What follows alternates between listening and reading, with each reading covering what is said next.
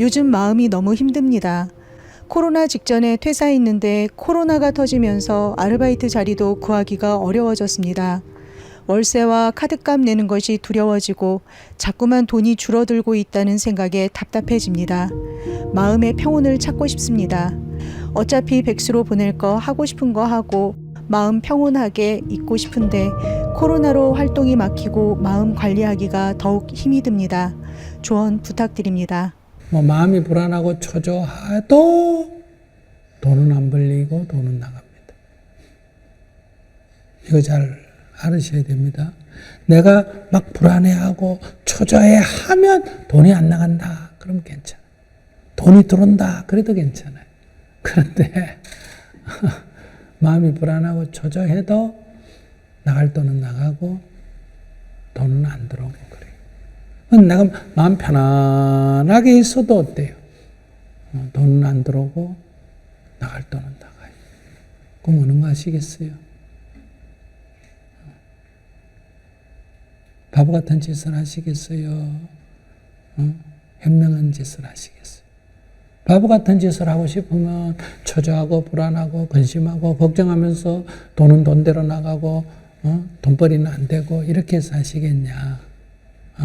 어차피 당분간 돈벌이는 안 되고 지출은 나가고 그렇다면 편안하게 있으면서 그렇게 하겠냐? 돈벌이가 안 되고 지출은 있는데 어떻게 편안하게 있습니까? 그럼 편안하게 안 있으면 어떻게 할래? 안 있으면. 그러니까 어차피 돈도 안 벌리고 지출은 나간다면 마음이라도 편해야 지출을 줄일 거 아니냐. 지출을. 마음이라도 편해야. 첫째 행복하고 둘째 지출을 줄일 수 있다. 그래야 몇 달이라도 더 버틸 거 아니냐. 마음이라도 편해야 솔 밖에 나가지고 어때요? 무슨 할 일이 있을까 이렇게 찾을 수 있을 거 아니에요. 그러니까 이 마음이 불안하고 초조한 거는 수입이 없고 지출이 나가는 거하고 실제로 관계가 없습니다. 왜냐하면 본인이 불안하고 초조하고 하면 돈이 더 덜 나가거나 더 수입이 생기거나 하면 이유가 되는데 그거가 이건 아무 관계가 없는 거예요. 근데 본인은 관계가 있다고 생각해가 돈이 나가는데 어떻게 가만히 있을 수 있냐 이런 말 하는데 그럼 가만히 안 있으면 어떡할래? 그러니까 이거는 지혜로운 자냐 어리석은 자냐의 문제다. 그러니 지혜롭다면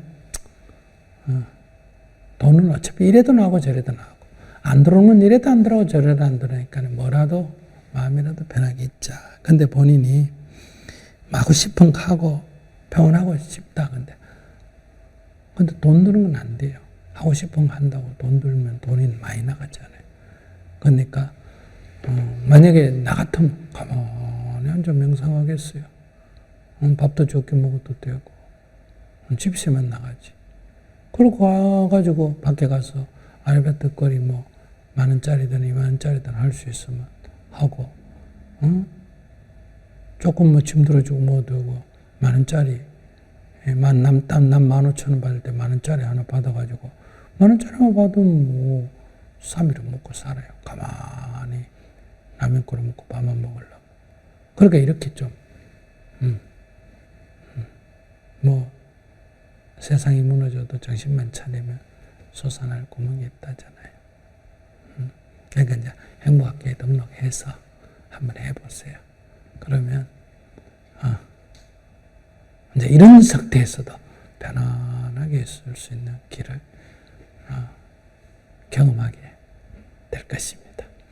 다시 한번 말씀드리는데 제 얘기를 듣고 이 행복학교를 한다고 무슨 직업이 당장 구해지고 남편이 나를 좋아하고 아내가 잔소리를 안 하고 애가 나한테 다가오고 이런 거 아니에요. 그대로 놔놓고 있는 그대로 둔 상태에서 내 마음이 편해지는 거예요.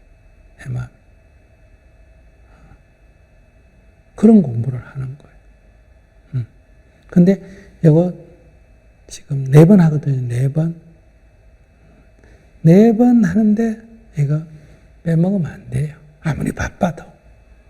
바쁜 거 핑계대고 이러면 늘 죽을 때까지 인생을 이렇게 쫓겨 살아야 돼. 그러니까 딱 정해진 시간에 시간 딱 내고 50분이잖아. 50분. 50분 4번 그거 뭐가 힘들어요. 시간 딱 내가지고 이렇게 연습. 안내자가 진행하는 대로 아시겠어요? 연습해보고 테스트해보고 이러면 좋아져요. 또 끝나면 제가 또 나타나서 여러분과 또 대화를 하게 될 거예요. 안녕하세요.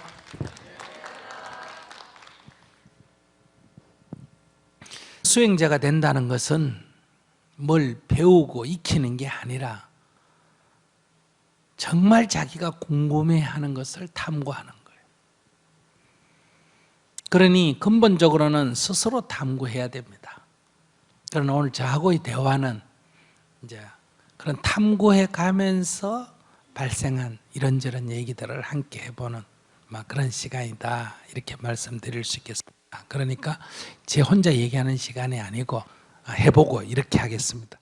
네, 안녕하세요. 20대 후반 지금 취업 준비하고 있는 상황인데요. 취업을 준비를 하다 보니까 이제 일을 하다가 일을 그만두고 취업을 준비하다 보니까 자존감이 많이 떨어지게 되더라고요. 자존감이 떨어지다 보니까 사람들 만나는 것도 무섭고, 그래서 지금 거의 뭐 친구부터 동생, 형들, 친척까지 다 거의 연락을 안 하고 있거든요. 근데 계속 이렇게 있을 수는 없을 것 같아서 어떻게 하면 좀 자존감을 높이고 사람들을 좀 당당하게 만날 수 있을지 궁금합니다. 제가 지금 나이가 65살인데 제가 100m를 지금 뛰면 죽을 힘을 다 내가 뛰어도 25초에 주파하기 어렵습니다. 현재 제 건강으로. 자기 이제 100m를 얼마에 주파해요? 안 해봤지만 한다면 한 17초, 16초에는 할 수 있어요? 네. 근데 나는 25초를 주파하기도 어려워. 근데 제가 매일 지금부터 100일 동안, 석 달 동안 훈련을 하면, 즉 연습을 하면 조금 당길 수는 있어요, 없어요? 있습니다. 지금이라도 있겠죠. 늙어서 불가능해요. 지금이라도 연습하면 조금 당길 수 있을까? 가능합니다. 근데 제가 어느 날 올림픽을 TV로 보다가 누가 9.8 100m 주파하는 걸 봤어. 그래서 제가 야, 나도 한번 해봐야지. 이래가지고 10초대를 주파하기 위해서 내가 100일 훈련하면 10초대 주파 될까 안 될까? 안 됩니다. 그러면 3년 1000일을 하면 주파 될까 안 될까? 안 됩니다. 그러면 내가 자존감이 생길까? 열등의식이 생길까? 열등의식이 생깁니다. 근데 만약에 내가 그걸 보면서 야, 10초에 주파하는 사람도 있네. 내가 그러면 25초에는 주파를 한번 해봐야 되지 않을까? 내가 아무리 나이가 많고 재능이 없다 하더라도 10초는 몰라도 25초는 주파할 수 있지 않을까 해서 내가 100일 연습을 하면 25초 주파할 수 있을까 없을까? 가능합니다. 25초를 주파한 뒤에 내가 다시 100일 계획을 세워가 24초, 25초 해봤으니까 24초를 한번 주파해보자 하고 계획을 세워가 100일 연습하면 24초가 주파될까 안 될까? 됩니다. 또 내가 24초를 주파한 뒤에 다시 100일을 계획을 세워가지고 내가 23초 주파 계획을 세워가 한다면 가능할까 안 할까? 가능합니다. 그럼 내가 열등의식이 생길까? 자존감이 생길까? 자존감이 생길 것 같습니다. 그럼 왜 앞에는 열등의식이 생기고 뒤에는 자존감이 생길까? 전자 같은 경우는 불가능한 것을 목표로 했기 때문에 열등의식이 생기고, 후자는 자기의 능력 안에서 가능한 것을 목표로 삼았기 때문에 자존감이 생긴다고 생각합니다. 그러면 자존감이 생기고 안 생기고는 어디에 있을까? 이 사람이 10초에 달릴 수 있나, 15초에 달릴 수 있냐, 20초에 달릴 수 있냐, 10초에 달린 사람 자존감이 생기고 23초 달린 사람 자존감이 없을까? 10초, 15초, 20초, 23초가 문제가 아니라 자기가 성공한 사례를 만드는 게 자존감이 생길까? 성공한 사례를 만드는 게 생깁니다. 자기는 지금 저 회사에 취직원서 몇 번 내봤어? 대강. 거의 내본 거는 별로 없고 지금 시험 준비를 하고 있는 상황입니다. 시험 쳐가 몇 번 걸려봤어? 아직 한 번도 안 쳐봤어? 지금 준비하고 있는 건 이번이 처음입니다. 그 시험 자기 노력한다고 시험 합격할 확률이 높아, 합격할 확률이 낮아? 해봐야 할 것 같습니다. 그러니까 25초, 24초, 23초, 19초, 18초, 15초, 10초는 하등 중요한 게 아니야. 다시 말하면 월급이 300만이나 200만이냐 150만이냐 100만이냐는 중요한 게 아니라니까. 자기가 해서 자기가 세운 목표를 성취하면 사람의 심리 현상에서 기쁨이 생겨. 해냈다 하는 기쁨이 생긴단 말이에요. 기쁨이 생기면 자존감이 자꾸, 그게 축적이 되면, 성공 사례가 축적이 되면 자존감이 생기게 돼 있는 거예요. 그런데 목표를 너무 높이 세워가지고 계속 실패를 거듭하면 어때요? 자존감이 없어지고 열등의식이 자꾸 생긴다는 거예요. 그러니까 여러분들이 지금 자존감이 없는 거는 본인의 능력이 없어서 자존감이 없는 게 아니고 자신이 너무 실패할 수밖에 없게 목표를 세워놓고 계속 실패를 거듭하는 거예요.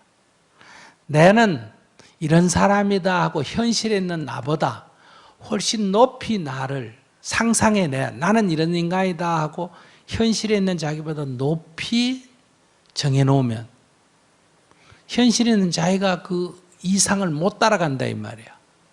그러면 현실에 있는 자기가 자꾸 꼬라지고 보기 싫은 거예요. 초라해 보인다 이 말이야. 그러면 이게 열등의식이 되는 거예요.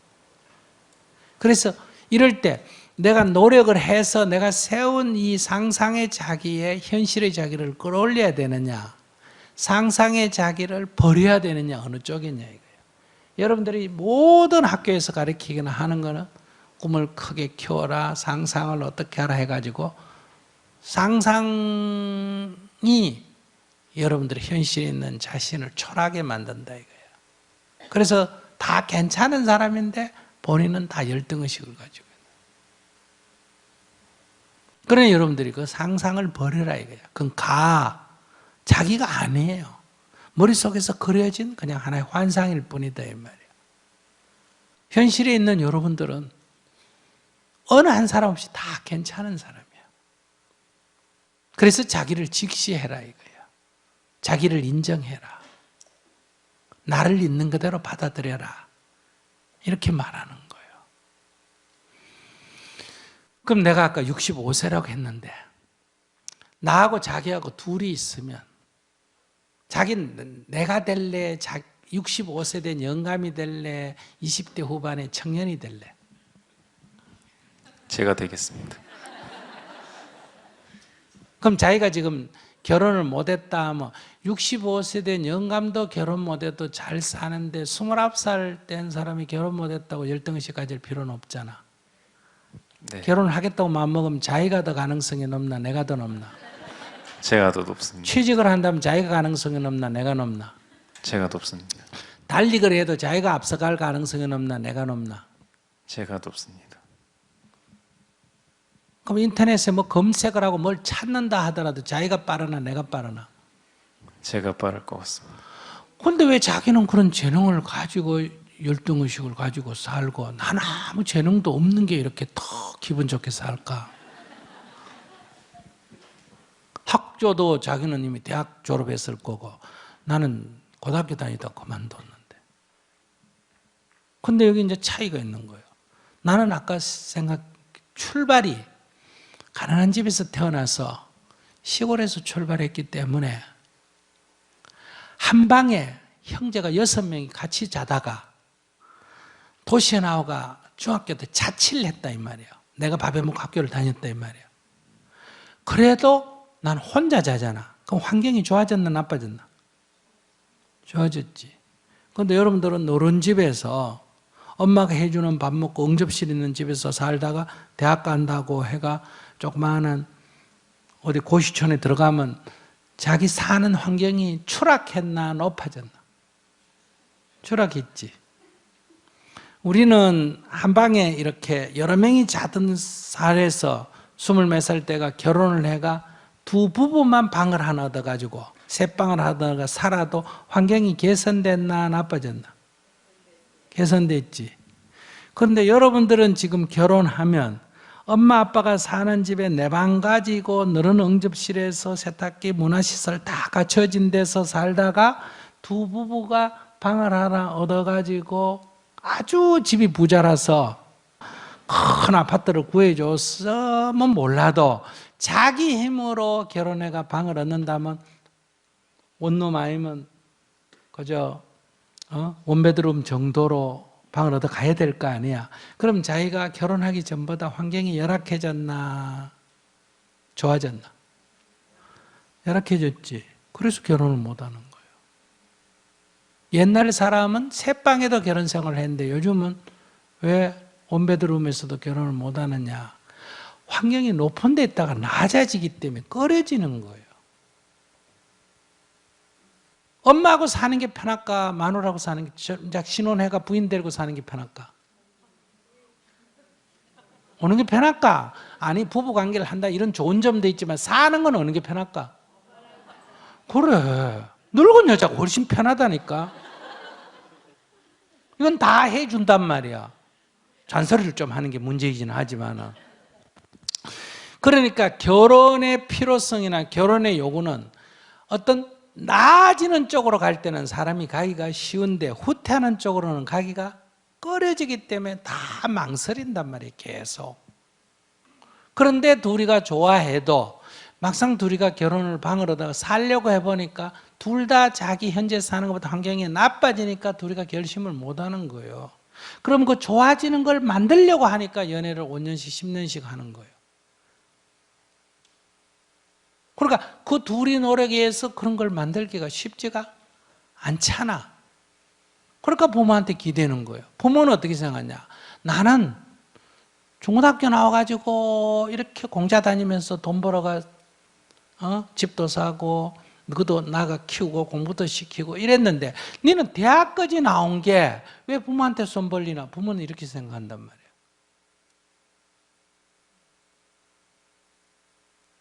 그래서 지금 젊은이들 사는 게 어려운 게 아니고 문제는 그렇다고 부모들이 생각하듯이 야 우리는 그 고생하고도 살았는데 요즘 같은 세상에 너가 왜 못 사노? 이렇게 또 말할 일도 아니에요. 이거는 사람이라는 거는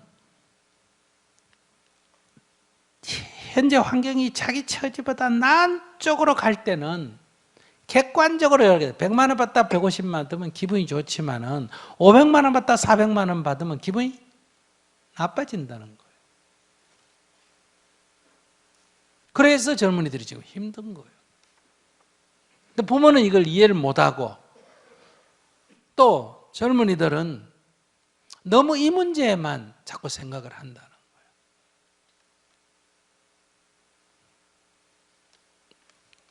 그래서 자기가 자존감을 물어서 그래. 사회 문제는 내놔놓고 개인에게만 얘기한다면 자기가 시험을 아까처럼 25초에 내가 달린 목표를 얼마 세우면 된다? 24초에 세우면 달성률이 높고, 달성을 하고 성공을 하고 또 23초를 때가 또 도전해가 성공하고 22초 때가 또 도전을 성공하면 자기가 성공 사례를 만들면 자기가 자기에게 자신감이 생긴다 말이에요. 그러니까 고시에다가 목표를 두고 해가 5번 떨어졌다 이러면 열등의식 생길까 자신감이 생길까? 그러니까 대학 졸업하고 시간 끌지 말고 제일 충분히 갈 수 있는, 조금만 하면 갈 수 있는 데다 취직을 먼저 하란 말이에요. 월급 그런 거 너무 따지지 말고, 전망 같은 거 너무 따지지 말고. 전망이 좋고 월급이 많으면 너도 나도 다 덤디나 안 덤디나? 그러면 거기에 이 재수, 3수, 4수, 5수 한다고 시간을 낭비해야 되잖아. 그럼 자꾸 열등의식이 생기지. 그리고 처음부터 그런 좋은 직장 다니다가 자, 겨우 내 능력보다 어떻게 재수조화가 들어갔다. 들어갈 땐 기분이 좋은데 회사 안에 들어가면 그 다음 자기 능력이 그 회사가 요구하는 걸 따라가기 힘드나 안 힘드나? 힘드니까 그 안에서 기가 죽을까 안 죽을까? 늘 긴장하고 살아야 된단 말이야. 우리 사람한테 잘 보여야 되고 잘릴까 봐 싶어가. 다닌다 하더라도 이렇게 긴장하고 기죽고 살아야 되고 조마조마하고 살아야 되고, 잘려서 나오면 다시 직장 구하기 어렵단 말이에요. 왜? 전에보다 월급을 낮춰서 가거나 조건이 나쁜 데는 인간이 가기가 어렵기 때문에. 그런데 졸업하고 제일 구하기 쉬운, 월급도 조금밖에 안 받고 일도 힘드는데 그런 직장 구하면 지금도 갈 수 있나 없나? 월급 조금 주고 일 힘드는데 가려면 갈 수 있나 없나? 있어 없어? 있습니다. 그런 일자리가 지천에 깔렸나? 일자리 구하기 힘드나? 힘든 건 많은 것 같습니다. 아니, 월급은 조금 받고 일은 힘든 그런 직장은 지천에 깔렸나? 그런 직장이 귀하나? 많습니다. 많지. 그럼 취직 하루 만에 될까 안 될까? 되겠지. 그런 직장에 다닐 때 사장한테 기 죽나 안 죽나? 기 죽어 안 죽어? 안 죽지. 사장이 조마조마한 거야. 어디 가서 이 돈 주고 저런 걸 구하노? 그래가지고 나갈까 봐 겁을 내는 거야, 사장이. 나는 뭐 그냥 이렇게 막 목에 힘주라는 게 아니라 편안하게 다닐 수 있는 거야.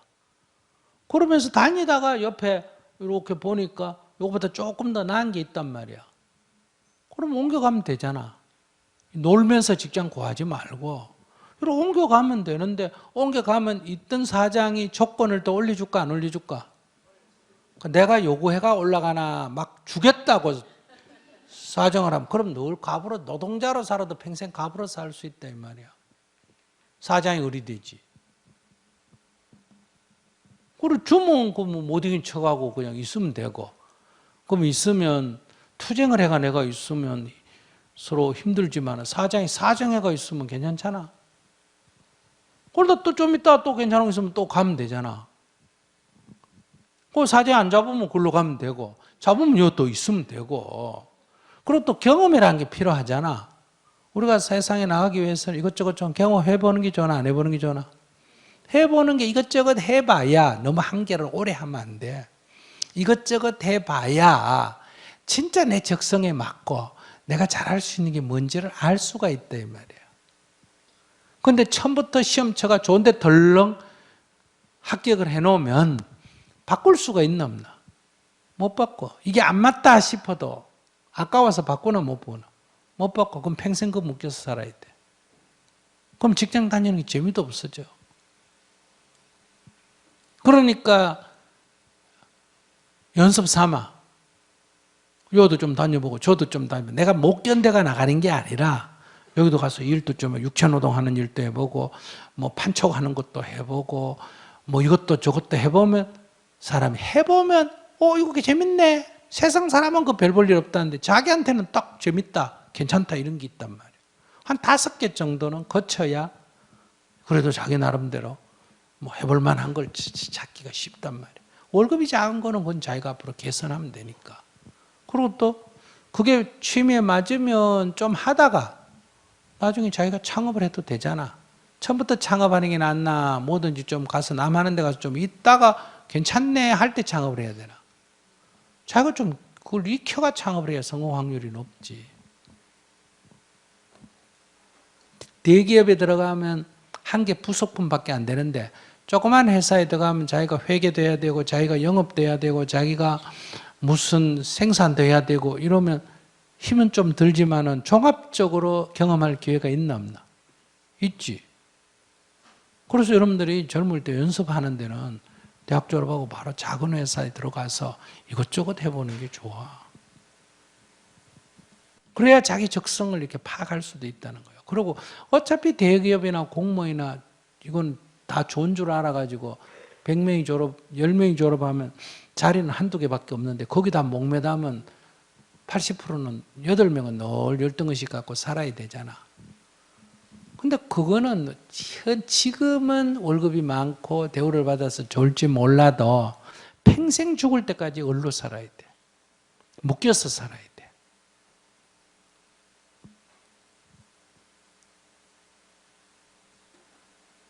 그러니 여러분들이 공연히 시험 치고 공부한다고 시험을 보내지 말고 이것저것 좀 경험해보고 자기 적성에 맞는 걸 먼저 찾고 거기서 그 다음에 자기 아이디어 내가지고 새롭게 개척해 나갈 수도 있고 그런 거 아니에요.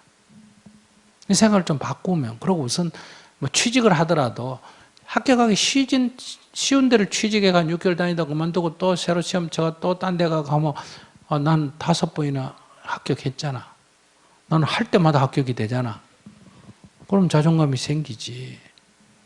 그러니까 제가 요점적으로 말씀드리는 건 물론 사회적으로 고쳐야 될 건 빼고 개인만 얘기한다면 자기 인생의 성공 사례를 만들어라. 작은 성공 사례를 자꾸 만들어가라. 그러니까 한 여자 만나가 죽을 때까지 연애하겠다 이러면 실패할 확률이 높지.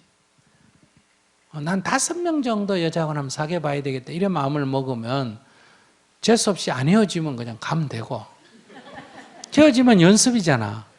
연습은 또 하고, 내가 바꾸는 게 아니라 상대가 가겠다면 연습 잘했다 그동안에, 또 가면 연습 잘했다 이렇게 세우면 헤어지는 게 상처가 안 될 수도 있잖아. 어떻게 가치관을 갖냐. 아까 제가 서두에 말했듯이 가난 집에서 태어난 게 내 삶에 유리하다는 관점을 가지면 이 기존의 가치나 관점을 완전히 바꿔버릴 수가 있는 거예요. 그러니까 자존감이라는 것은 자기가 능력이 부족해서 자존감이 없는 게 아니고 자기가 욕심이 많았어. 아시겠어요? 욕심 많아서 현실의 자기를, 자기가 원하는 게 너무 높아서 이게 현실의 자기가 볼 때 현실의 자기를 너무 초라하게 자꾸 보이는 거예요. 그래서 자기 자존감이 없는 거예요. 한번 뒤로 한번 돌아봐. 남자 괜찮나 안 괜찮나? 인물도 괜찮고 키도 그만하면 됐고 괜찮죠? 그런데 자기가 너무 높이 설정하기 때문에 자기에 대해서, 그래서 이제 사람도 안 만나고 집에 틀어박혀 있고 이러면 이제 정신질환이 돼. 그러니까 빨리 방에서 나와가, 집에서 나와가지고 어디 가서 노가다라도 하고 이렇게 사람하고 어울리고 이렇게 해야 돼. 시험 공부하지 말고. 네, 감사합니다. 네. 안녕하세요. 네. 저는 20대 취준생입니다. 제 전공은 보건행정입니다. 원하지 않은 학과였지만 잘 맞아서 전공을 살려서 취업하기로 결정했습니다. 그래서 보건직 공무원을 선택했는데 점점 갈수록 티오는 줄어들고 합격 점수는 높고 합격해서 일해도 월급과 연금이 적어서 과연 내가 경제적 여유를 가지고 살 수 있을까 하는 고민이 생겼습니다. 그래서 보건행정보다 취업길이 넓은 간호학과를 생각했는데 이것도 편입 준비하고 등록금 부담이 되더라고요. 이런 상황에서 제가 어느 길로 가야 될까요? 욕심이 좀 많네요. 아니, 한국 청년들이 지금 제일 선호하는 게 그 안전성과 그런 면에서 가장 선호한 게 공무원인데, 공무원 월급이 한국 공무원 월급이면 기본 생활은 하잖아요. 그런데 그거 돈이 적다 이렇게 생각한다면 자기 지금 모순이잖아요. 그 공무원도 서로 하려고 해서 점점 합격 점수가 높아져서 자기는 합격하기가 어렵다 이런 우려를 함과 동시에 또 해봤자 월급까지 몇 푼 안 되는데 그거 갖고 뭐 넉넉하게 살 수 있나 이런 생각을 하니까 자기 뭐를 얼마나 세상에 기여한다고 자기한테 풍족하게 살 수 있도록 월급 준 사람이 어디 있어요 이 세상에. 그건 너무 좀 터무니없는 욕심이에요. 그러니까 지금 우리 한국 사회에서 공무원 월급은 개인 사업을 하거나 돈 많은 사람에 비해서는 적지만은 또 대기업에 이런 데 비해서는 적지만은 외국과 비교해서나 한국의 보통 사람하고 비교해서는 공무원은 비교적 월급도 괜찮고 사회보장제도도 잘 돼 있고 또 끝나면 정년퇴직하면 연금도 안정적으로 나오기 때문에 제일 선호하는 직업군에 속한다. 그래서 자기가 그 공무원에 너무 많은 청년들이 몰려드니까 제가 이게 합격하기가 매우 어렵습니다. 여기까지는 좋았다 이 말이에요. 질문이. 그러면 이제 그 질문에 대해서는 저는 이제 두 가지 권유를 하고 싶죠. 사람들이 청년들이 선호하는 직업이라면 경쟁이 치열할 수밖에 없고 그러면 그 경쟁을 뚫고 자기가 합격하려면 그만큼 실력이 있어야 된다. 그러면 공부를 더 해야 된다. 이런 얘기예요. 근데 내 실력으로는 도저히 합격할 수가 없다. 그러면 그것이 아무리 좋지만은 내 능력으로 안 되는 걸 어떡하느냐 이게. 그럴 때는 시험을 포기하고 다른 직업을 선택하는 수밖에 없다. 이렇게 말씀을 드릴 수 있겠습니다. 그런데 공무원이 돼봤자 그 월급 몇 푼 안 돼가지고 넉넉하게 생활하기가 어렵지 않느냐. 이거는 조금 비판받아야 할 태도다. 터무니없는 욕심으로 세상을 바라보고 있다. 이런 얘기예요. 그러니까 공무원도 되기 어려운 실력을 가지고 공무원 월급 갖고 어떻게 넉넉하게 사느냐. 그러니까 이 동남아 사람들은 우리나라 월급의 5분의 1 정도, 적으면 10분의 1 정도 됩니다. 보통 월급이 100불 미만이거든요. 근데 지금 우리는 조금 제대로 받는 한 300불 정도. 그러니까 10만 원에서 30만 원 사이 정도 되는데 우리는 암만 못해도 200만 원 넘잖아요. 그런데 공무원 월급 갖고 무슨 넉넉한 생활을 하겠느냐. 넉넉하다는 기준이 어느 정도냐 이런 얘기예요. 밥만 먹고 살면 되느냐. 온갖 해외여행도 하고 온갖 걸 해야 되느냐. 그러니까 그것은 한 10년 모아가지고 저축을 해놓고 그걸 가지고 어떻게 여행을 한번 한다. 이건 되지만은 아무 지금 세상에 기여한 바가 없고 어릴 때는 부모가 도와주는 것 같고 생활을 했고 지금은 이제 사회에 나왔으면 한 10년 정도 묵묵히 일을 해서 자기가 돈을 모아서 그렇게 여행을 하든지 취미생활을 한다면 이해가 되는데 아무것도 아직 세상에 기여한 바가 없으면서 벌써 넉넉한 생활을 꿈꾼다. 이거는 세상에 임하는 자세가 제가 볼 때는 올바르지 않다. 북한에서 오거나 이런 분도 그렇거든요. 늘 북한에 충성하다가 북한에서 온갖 일을 다 하다가 대한민국에 와서 받아준 것만 해도 시민권을 준 것만 해도 감사하게 생각해야 되는데 여기 오니까 차별한다. 여기 오니까 언제 벌어가 나도 저렇게 소비하고 사느냐. 이런 식으로 생각하는 것은 우리가 그들의 어려움을 돕는 건 좋은데 그런 인생의 자세는 바람직하지가 않다. 여기 와서 2, 3년도 안 돼가 벌써 정부 욕하고 비판하고 이런 것도 맞지가 않다. 적어도 여기 와서 한 10년간 묵묵히 일하고 한 10년간 세금 내고 그 다음에 이제 한국 사회에 대해서 문제가 있으면 비판을 하기도 해야 할 수 있다 이런 얘기예요. 어제까지 적대적인 나라에서 거기에 충성하다가 와가지고 갑자기 여기 와가지고 얼마나 많은 사람들이 지난 50년간 노력해서 경제적으로 부유함을 만들고 얼마나 많은 사람이 투쟁을 해서 감옥에 가고 죽고 해서 민주사회를 이룩하고 평화를 지켜왔는데 아무런 기여도 하지 않는 사람이 와서 비판부터 한다. 이것도 올바른 자세가 아니다.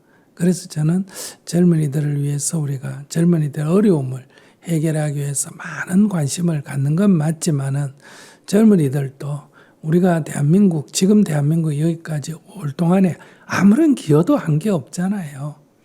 경제 성장에 기여한 것도 없고, 민주화에 기여한 것도 없고, 뭐, 한류를 발전시키는 데 기여한 바도 없잖아요.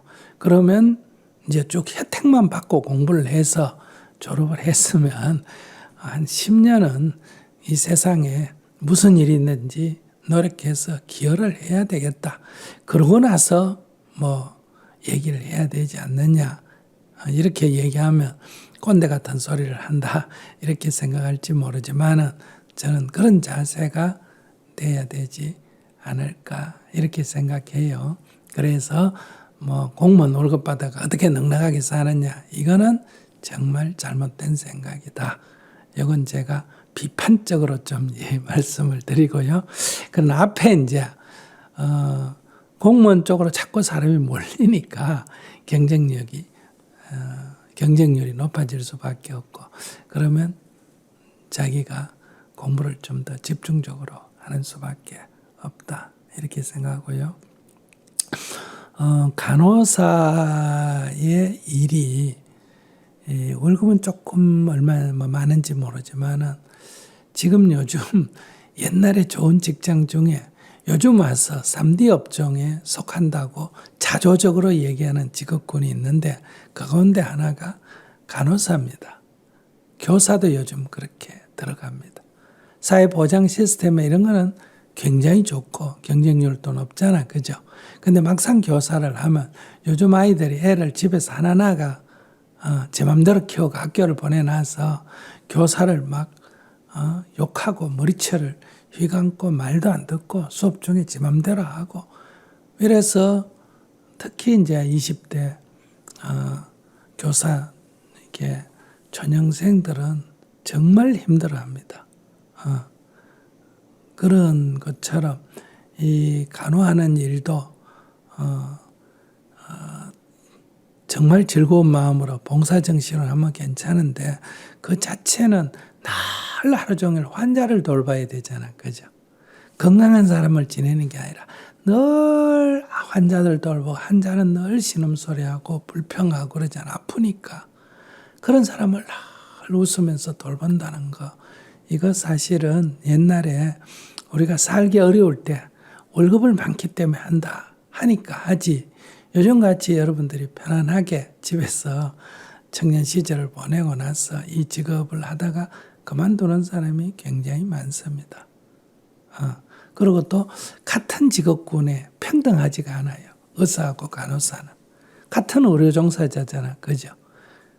같이 대학 나오고 같이 의료 종사하는데 이건 마치 상전을 모시고 있는 것 같은 이런 평등하지 못한 관계에서 일을 할 때 요즘같이 평등성의 교육을 받고 자라는 사람들은 그것도 굉장히 어려운 일이라고 그래요.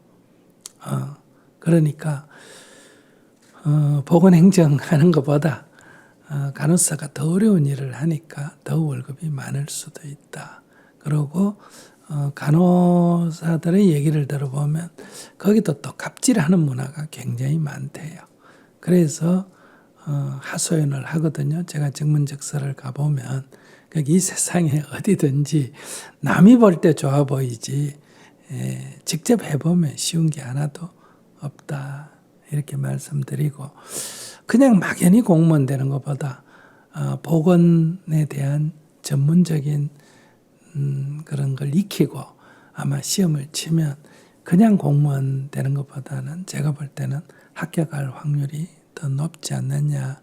그러니까 지금 다니는 대학을 졸업하고 시험을 쳐서 합격을 해서 한 몇 년간 근무를 해보고 이게 정말 적성에 안 맞다. 그러면 그때 내가 저축해 놓은 돈 그걸 가지고 한 1, 2년 더 다시 편입을 해서 간호학과 전공을 한다든지 이런 건 괜찮은데 아직 자기 전공을 살려서 해보지도 안 하고 미리 이거 뭐가 되노 이렇게 생각하는 거는 저는 바람직하지 않다 이렇게 생각을 합니다. 그러니까 시험 공부 열심히 해서 일단 보건직 공무원이 먼저 되시고 또 시험에 도저히 안 되겠다 싶으면 그때 딴 거 하는 건 좋아요. 근데 한번 해보고 나서 안 되겠다 싶으면 그때 그만둬도 되는데 해보지도 안 하고 지금 미리 이렇게 하면 뭐하나 이건 아마 본인이 시험에 자신이 없으니까 괜히 핑계 대는 거 아닌가 이런 것도 점검을 해봐야 돼요. 그러니까 좀 마음을 좀 가다듬고 공부를 해보면 어떻겠나 이런 생각이 드네요. 제 생각이 그렇고 나이 든 사람들 생각이 이래요. 그러니까 젊은 자기 얘기 반론을 제기하든지 의견을 한번 얘기해 봐요. 스님의 말이 맞는 것 같습니다. 그래 어떻게 할래요? 한번 해보고 안 되면은 다른 길 한번 찾아보도록 하겠습니다. 네, 그래요. 예, 감사합니다. 감사합니다. 네. 스님 말씀을 들어서 생각을 좀 넓히는 계기가 된 것 같아요. 근데 스님, 혹시 질문 하나만 네네, 더 하세요. 가능할까요? 조금 비유적으로 설명해도 가능할까요? 얘기하세요. 무슨 질문인데? 제가 높은 산을 올라가려고 해요. 근데 점심을 먹고 올라가는데 이게 중간에 올라가다 보니까 해가 졌어요. 그럼 내려와야 되잖아요. 그래서 내려왔어요. 그리고 그 다음날 아침에 다시 올라가는데 무엇보다 샛길이 있는 거예요. 그래서 샛길로 가가지고 정상에 올랐어요. 그리고 정상에 올라서 내려왔는데 알고 보니까 그 큰 산이 아니라 옆에 작은 산이었던 거예요. 그러면은 원하던 목표를 가고 싶었는데 예상치 못한 곳에 갔을 때는 어떻게 해야 될까요? 그 원하던 목표에 다시 올라가기 위해서. 예상치 못하게 간다고 갔는데 다른 산에 올라갔으면 올라가 보고 아니네 싶으면 다시 내려가서 다른 산으로 가면 되지. 근데 지금 내가 올라가고 있는 중에는 이게 내가 목표로 한 산인지 아닌지를 알 수 없잖아요. 그건 올라가 봐야 알지. 그럼 시간이 조금 더 들지 뭐 작은 산 하나 정복하고 또 큰 산 하나 정복하면 되지. 그건 잘못됐다 시간 낭비했다 이렇게 생각하는 건 옳지 않아요. 이미 지나버렸잖아. 이미 작은 산에 올라와 버렸는데 내가 후회하면 뭐예요.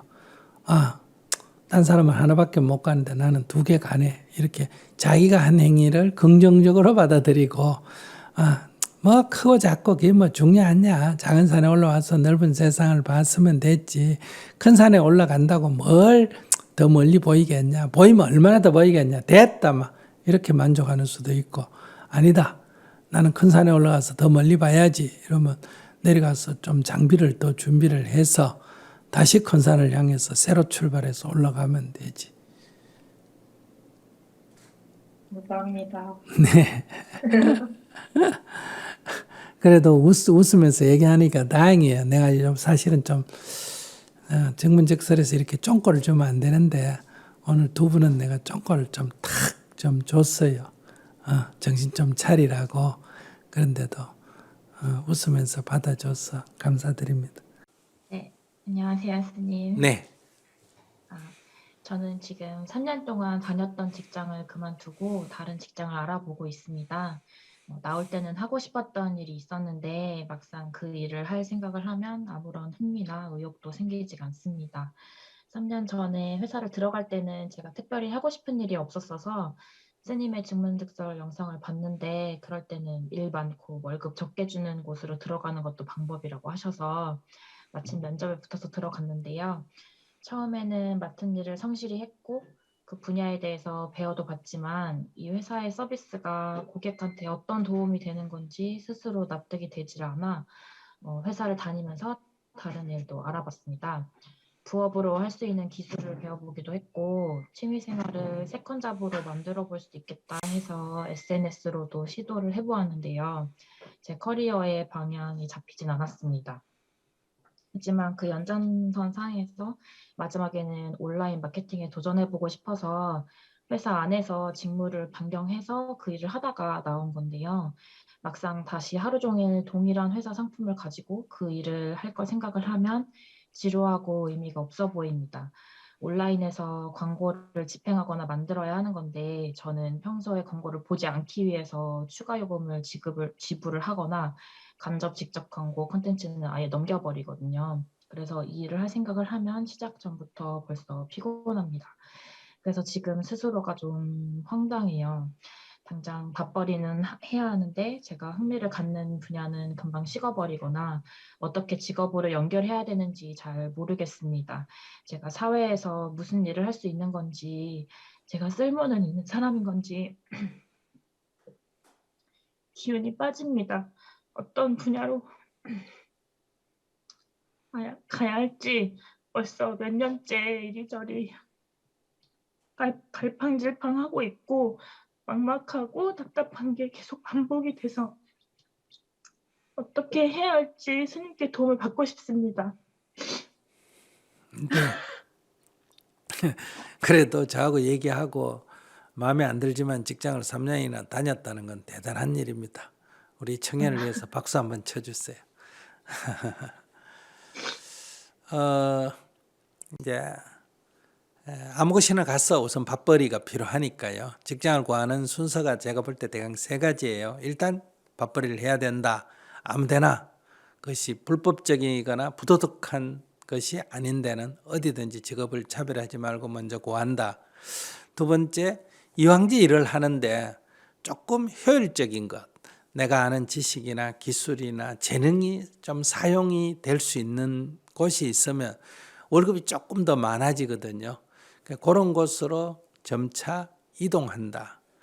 세 번째는 월급이 조금 많아도 내가 하고 싶은 일이 아닌 경우가 있습니다. 그럴 때는 늘 마음에 부담이 되고 즐겁지가 않으니까 내가 좋아하는 일, 하고 싶은 일이 만약에 있다면 그것을 아르바이트로 조금 하다가 월급이 좀 작더라도 그것을 하는 게 제일 낫다. 자기가 좋아하는 일, 자기가 하면 재밌는 일, 뭐 괴롭지 않는 일, 이게 이제 제일 낫다는 거예요. 근데 처음부터 이 일을 하려면 이 일 가지고 이제 내가 먹고 살 수가 없다 이런 얘기예요. 조금은 이제 내 재능을 살려서 월급이 좀 되는 직장도 쉽지가 않다. 그러나 20살이 넘었으면 자립을 해야 되니까 일단은 대한민국에서는 어디를 가서 일을 해도 먹고는 살 수 있거든요. 외국인들이 왜 한국에 이렇게 수백만 명이 옵니까? 한국에 오면 먹고는 살 수가 있다. 이렇게 해서 한국에 오거든요. 외국인이 뭐 임시 거주증을 갖고 일하거나 불법 체류를 하면서 여기 일을 하고 있는데 그건 여기 어쨌든 먹고 살만하다니까 그런 거 아니겠어요? 근데 나는 한국 국적을 가지고 자유롭게 선택하기 때문에 그들보다 유리하다는 거예요. 그러니까 그 사람들이 그렇게 와서 일하는 사람이 지금 한 200만이 넘거든요. 그럼 자기는 유리한 순서를 지키면 한국 사람에게 아주 가장 뒤처진 꼴찌를 하더라도 한국에 사는 사람에게 등수로 따지면 밑에서 200만 등은 된다는 거예요. 앞서 있다 이런 얘기예요. 그러니까 울 일은 아니다 이렇게 생각하고요. 어디를 가도 먹고 살 수는 있다. 그렇기 때문에 두려워하거나 이렇게 할 필요는 없다. 그러니까 첫 번째 직장은 자기가 마음만 내면 언제든지 구할 수가 있다. 그런데 이제 조금 나은 월급을 받는 두 번째 직장 구하기가 조금 어렵다.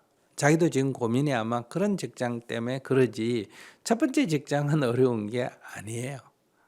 그리고 자기가 그게 다녔던 게 첫 번째 직장 그러니까 월급이 작더라도 그냥 내가 많이 일하고 적게 받는 그런 직장 구하기가 쉽다. 그래서 구했는데 그게 그런 직장인지 두 번째 직장에 해당이 되는지는 자기가 그 직장에서 한번 나와보면 알아요.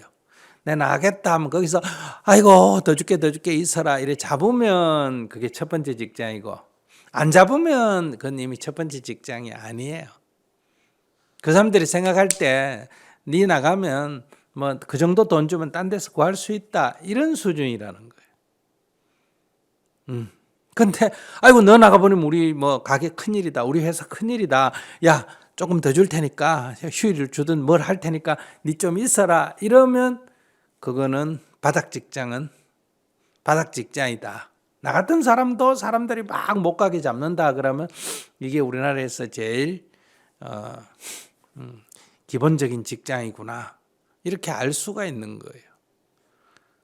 내가 얘기 들어보니 자기는 뭐 가장 바닥 직장에 들어갔다고 말하는데 자기가 3년이 있다가 나왔는데도 별로 안 잡는 거 보니까 바닥 직장은 아니에요. 처음부터 자기가 조금 높은 데 들어갔고 또 자기 일하는 것보다 더 받겠다고 거기서 생각을 해서 마음에 안 들어서 나왔다. 이렇게 제가 볼 때는 보여지는데.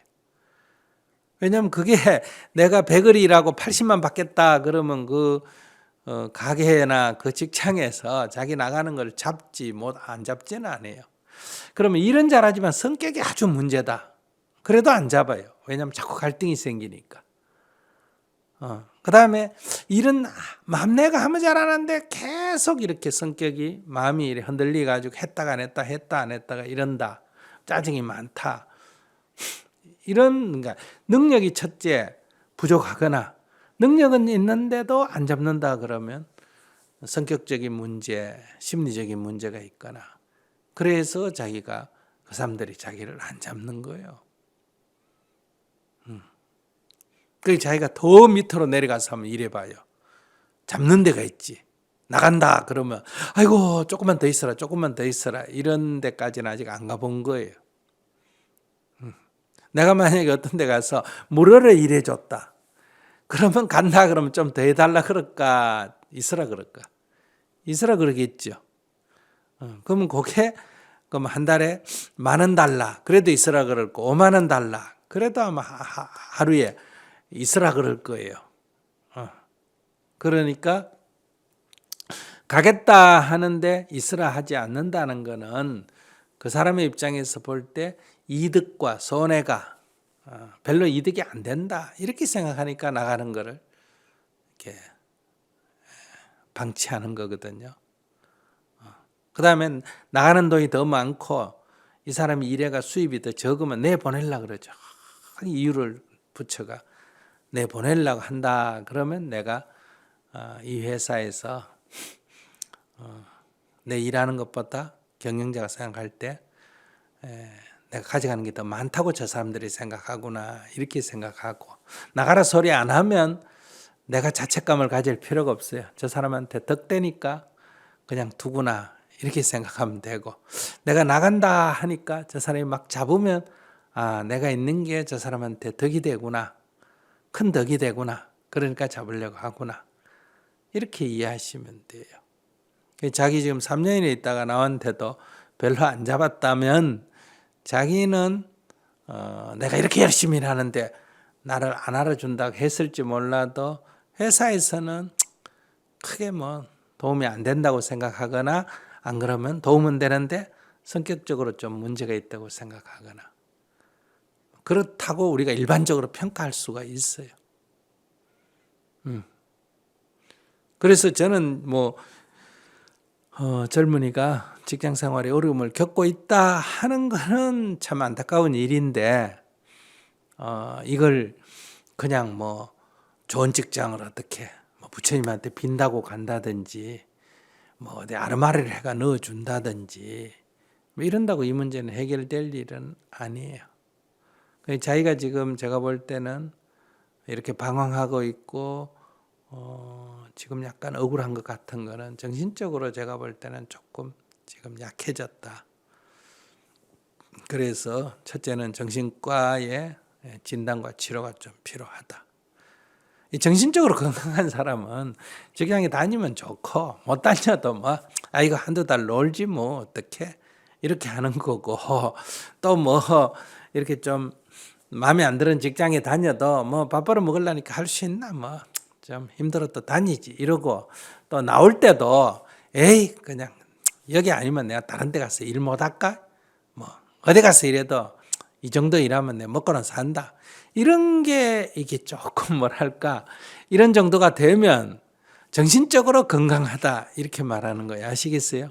그런데 지금 자기처럼 이렇게 막 걱정하고 이런 거는 첫째가 세상도 문제가 있지만 자기가 정신적으로 좀 약하다 이렇게 보시면 돼요.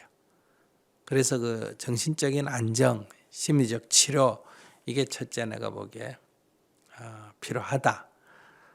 그리고 실제로 이 세상에 너무 걱정할 필요는 없다.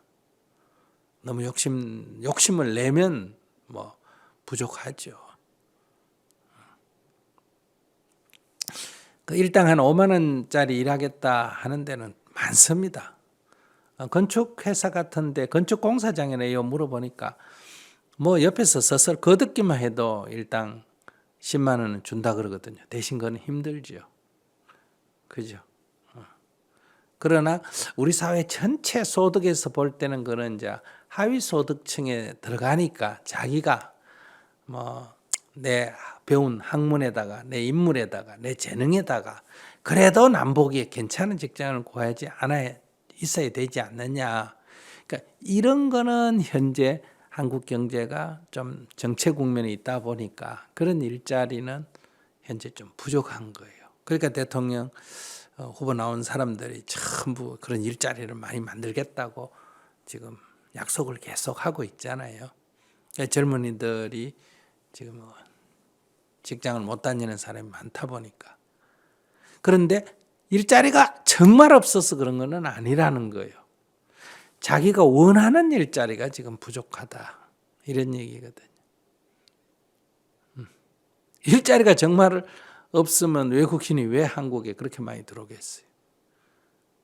일자리는 있는데 우리 젊은이들이 원하는 수준의 어떤 그런 갖춰진 일자리, 수익도 보장이 되고 안전도 보장이 되고 주위에 남이 봤을 때도 괜찮다 하는 일자리는 우리 젊은이들 숫자와 일자리 숫자 사이에 지금 일자리가 많이 부족한 상태예요. 정말 일자리가 부족한지 우리 젊은이들의 요구가 그러니까 눈높이가 너무 높아서 생긴 문제인지 이건 뭐 어떻게 말할 수가 없어요. 그러니까 이제 대중의 표를 이식하는 정치인들은 일자리가 부족하다, 일자리를 마련하자 이렇게 보는 거고 사회 제도의 개혁을 주장하는 사람들은 안전망을 더 구축하자. 예를 들면 내가 일자리 없이 지금 이러면 자기처럼 불안 안 하고 선진국엔 다 그렇거든요. 청년들이 일자리를 원하는데 마땅한 일자리가 없으면 실업수당을 줍니다. 그러면 그거 갖고 최저생계비는 내거든요. 그러면서 그러니까 불안해하면서가 아니라 안정된 상태에서 계속 일자리를 구하는 거예요. 그럼 1년 내내 일자리도 안 구한다고 실업수당 주는 게 아니에요. 자기가 여기도 원서 내고 저기도 원서 내고 적어도 6개월 동안에 몇 번 시도를 했는데도 일자리가 안 구해지면 그건 정부가 책임을 지는 거예요. 그러면 실업수당을 준단 말이에요. 그런데 우리 사회는 이런 안전망이 제대로 좀 구축이 안 돼 있어요. 이런 거는 제도 개선을 해야 됩니다. 그러나 저는 뭐 그거는 이제 사회가 해야 될 일이고 앞으로 그거는 이제 정치인들이 또는 행정하는 사람들이 국민의 행복권을 보장하기 위해서 이런 걸 해야 되는 거고 이제 지금 당장 자기 개인한테 내가 조언을 하고 싶은 거는 일자리가 없는 건 아니다. 내가 원하는 일자리가 없을 뿐이다. 그리고 내가 지금 뭘 하면 잘할 건지를 모른다. 그러면 우선 밥벌이 하는 일 아무거나 또 3년씩 그래 하지 말고 뭐 여기 가서 몇 달 하고 저기 가서 몇 달 하고 이렇게 하나를 3년 하는 것보다는 이런 가장 바닥의 일은 여러 개를 해보는 게 좋아요. 이것도 몇 달 해보고 이것도 몇 달 해보고 이것도 몇 달 해보고. 왜 그래? 그래야 어느 게 내한테 맞는지를 찾을 수가 있다는 거예요. 한 군데 오래 붙어 있으면 내가 찾을 수가 없잖아. 내가 뭐 잘하는지. 근데 자기 같은 사람이 의외로 농사를 지어보니 그게 오히려 속편코 좋구나. 이렇게 될 수도 있는데 자기는 그런 건 아예 생각도 안 해보잖아요. 오히려 생산직에 가서 일해보니 이게 오히려 머리 안 쓰고 내 몸만 좀 피곤할 뿐이지 잠도 잘하고 좋더라. 이렇게 될 수도 있거든요. 근데 그 시도를 안 해보니까 이 폭이 굉장히 좁은 거예요. 그래서 저는 젊을 때 대학 졸업하고는 뭐 딱 전문직으로 주어진 게 아니면 몇 달씩 다양하게 몇 년간 일해보는 게 좋다.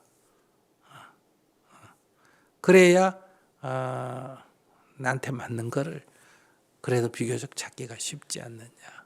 그래서 오늘부터 뭘 해도 그 회사에서 그 상품 선전한 그보다야 안 낫겠냐. 돈이 좀 적더라도 이렇게 생각하면서 이것저것 아르바이트식으로 파트타임식으로 여러 군데를 몇 달씩 다녀봐요. 근데 하루 해서는 그게 적성이 맞는지 안 맞는지 모르잖아. 그죠? 적어도 몇 달씩 이렇게 쭉 한번 다녀봐요. 그러면 뭐 상대가 나를 괜찮다고 봐주든지 내가 봐서 이거 괜찮다고 하든지 사람이 좋든지 뭔가 하나는 결정이 나요. 이거 하면 월급은 적어도 건강에 좋아지겠다든지 이거 하면 월급은 적어도 심리적으로 안정은 되겠다든지 이건 몸이 조금 불편하지만은 미래에 좀 발전 가능성이 있다든지 이런 게 뭔가 잡힌다는 거예요. 여러 개를 해보면. 그래서 내가 구하기 쉬운 것 해보라니까 뭐 좋은 면에 한 3년 붙어 있었다는 걸 끈기가 있다니까 그건 아주 그것대로 수행 차원에서는 아주 괜찮았어요. 근데 아직 못 찾았다고 하니까 3년을 하나만 붙들고 있었으니까 찾기가 어렵죠. 그러니까 이제 아르바이트식으로 이렇게 병원에 가서 체크 좀 해보면서 아르바이트식으로 이것저것 해보시면 뭐 그래도 너무 이렇게 수준을 높이지 말고 해보시면 지금 적성에 맞는 게 뭔지 모르겠다 하니까 뭐 어떤 인연이 맞아서 정착하는 기회가 옵니다. 그게 잘 안 된다 그러면 대부분 정신적인 자기 불안증 때문에 오는 문제예요. 그거는 이 세상 문제가 아니고. 네. 제가 올해로 이제 딱 그거 20살이 딱 되는데 저도 이렇게 직장을 구해야 되고 이제 사회로 이렇게 슬슬 나가야 될 시기인데 이렇게 저도 이렇게 세상에 이렇게 사람들과 제가 잘 못 부딪히다 보니까 저도 이 문제를 어떻게 해결해야 될지 저도 이렇게 그 질문을 드리고 싶거든요. 네. 세상에 뭐 잘 못 버티친다 이런 말 하지 말고 20살 넘었으니까 이제 세상에 나가야 되니까 일단 부딪혀 보는 거예요. 요 부딪혀 보고 여기 안 맞으면 저쪽에 부딪혀 보고 그것도 안 맞으면 여기도 부딪혀 보고 한 10군데를 정해가 일단은 10군데를 옮겨가면서 해본다. 근데 10군데가 다 마음에 안 든다. 그러면 자기가 이제 그 다음에 어디로 가야 되나? 병원으로 가야 돼요. 정신과에 가서 제가 이렇게 잘 적응을 못 하는데 혹시 제한테 무슨 정신적인 무슨 불안증이나 뭐 문제가 좀 있습니까? 이렇게 의사한테 물어보면 의사가 보고 아니야 괜찮아 하면 시도를 더 해보면 되고 의사가 당신은 좀 망설임이 있다든지 뭐 두려움이 있다든지 심리 불안이 있다든지 뭐가 있다. 그럼 그걸 치료받으면 되고 간단해요. 그냥 이렇게 움츠리고 앉아 있으면 아무 문제도 해결이 안 돼요. 일단은 가서 해봐야 되는 거예요. 제가 여기 왼쪽에 밥 먹을 때마다 약간 불편해요. 그래서 마침 그 병원에 간 점에 치과에다가 여기가 좀 불편하다. 이러니까 사진도 찍고 이래 보더니 특별히 이상이 없는데요. 그래. 근데 음식을 이쪽으로 씹으면 불편하기 때문에 계속 제가 오른쪽만 음식을 씹습니다. 이러니까 의사 선생님 하는 얘기가 그러면 불편한 왼쪽을 계속 씹었어요. 이래. 아니 불편한데 어떻게 싶어요? 이러니까 그래 자꾸 싶어야 불편이 더 강화돼야 어디가 고장난지 찾을 수가 있다는 거예요. 현재는 사진으로 보니 별 이상이 없어 보이니까 그러니까 이걸 계속 쓰셔가지고 뭐 약간 불편하다가 안 쓰는 게 아니라 써서 불편이 아주 심해지면 이제 검사 결과에 이상이 나올 거고 뭐 조금 불편했는데 계속 씹어보니 뭐 괜찮으면 그냥 사시면 되고요. 이래. 근데 그 사람 말 들으니까 딱 맞는 얘기 알았습니다. 그러면 가서 불편한 쪽으로 더 많이 씹어보겠습니다. 이랬는데 실제로 음식을 먹으면 이쪽은 약간 불편하니까 나도 모르게 어때요. 자꾸 안 불편한 쪽으로 씹게 돼요. 그런 것처럼 두려워하지 말고 가서 그냥 부딪혀 보고 하다 보니까 한 번, 두 번, 세 번, 네 번 해보니까 안 되다. 그 다음부터는 두려움이 없어지면서 적응이 된다 하면 이제 거기서 하면 되고 10군데를 갔는데 스님 말한 대로 다 이렇게 뭐 며칠, 몇 달 다니다가 적응을 못해서 못 다닙니다. 그러면 이거는 내가 볼 땐 정신적인 좀 문제가 있다. 그러면 이제 정신과에 가서 이런 사정을 얘기하고 제가 도전을 해봤는데 이런 문제가 있습니다 하고 딱 사례를 얘기하면 선생님이 딱 듣고 아 이거는 병입니다라든지 이렇게 치료를 받으세요라든지 아 이거는 괜찮습니다. 그 정도는 누구나 다 그렇습니다. 그러니까 더 해보십시오라든지 이렇게 뭔가 도전을 하고 실행을 하고 그 결과를 받아들여서 다시 또 조정하고 이런 과정이 필요한 거예요. 근데 여러분들 앉아가 아이고 나는 못해요. 아이고 나는 못해요. 이러고 내 앉아 있으니까 해결이 시간만 흐르지 해결이 안 된다는 거예요. 뭐 결혼 어떻게 해요? 결혼 안 하면 돼 나처럼 이렇게. 결혼하고 싶어요. 그럼 만나 아무나.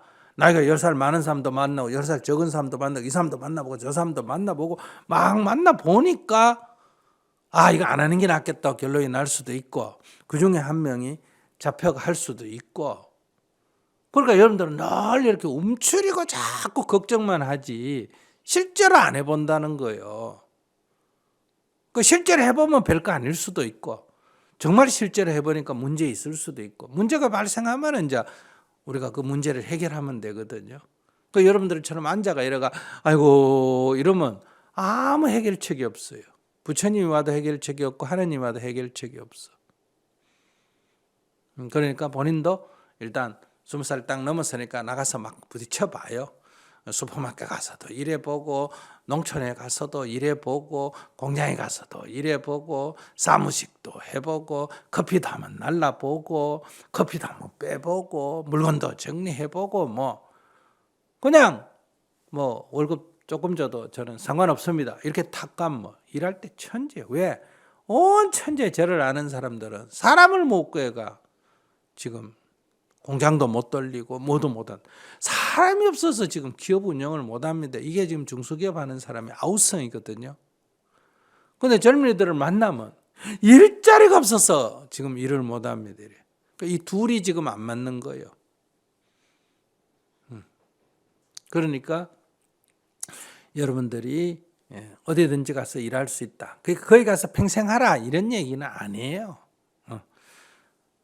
어떤 남자 만나면 무조건 결혼하라 이런 얘기도 아니고 일단 만나보고 일도 해보고 그러면서 또 바꿔도 보고 이러면서 이제 내가 문제인지 세상이 문제다 하면 투쟁을 해야지.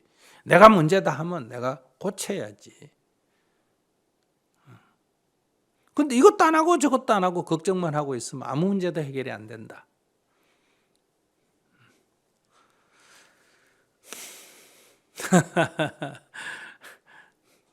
네, 스님.